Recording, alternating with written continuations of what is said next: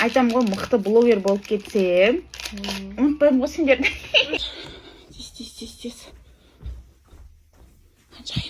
Ханшайым, тұр доча. Балам тұр болады тез.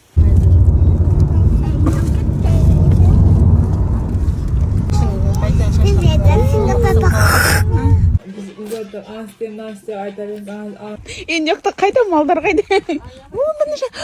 Есек бар екен.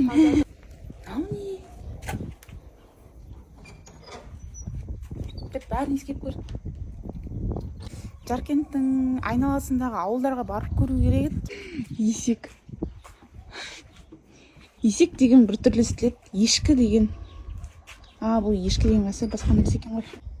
Биде деген шөп екен. Бұдан пельмен жасайтын екен. Есіктің алды бар ғой, бұл кішкентай балықшақты еске түсіреді. Түріміз деген страшно шаршап кеткенбіз ғой. Күні бойы нереально қиын болды. Ар бер балалармен машинадан түсіп, мініп. Өз-өзімен сөйлеп жатырмын.